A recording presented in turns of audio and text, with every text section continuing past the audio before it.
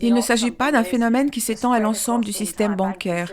Ce n'est pas comme la dernière fois. Il ne s'agit pas d'une crise du crédit.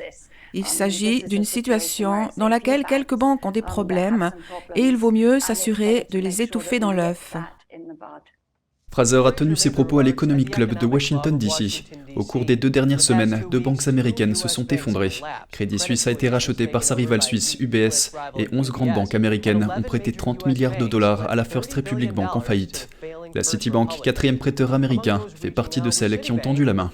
Toutefois, Fraser a déclaré que cette initiative n'avait pas pour but d'acheter la First Republic Bank, mais qu'il s'agissait plutôt d'une preuve de confiance.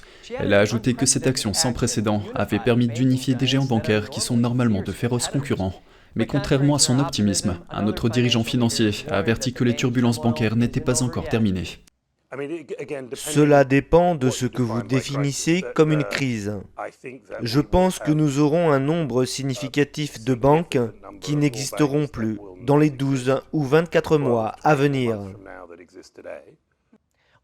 Luke Ellis est le directeur général de Man Group, l'un des plus grands fonds spéculatifs cotés en bourse.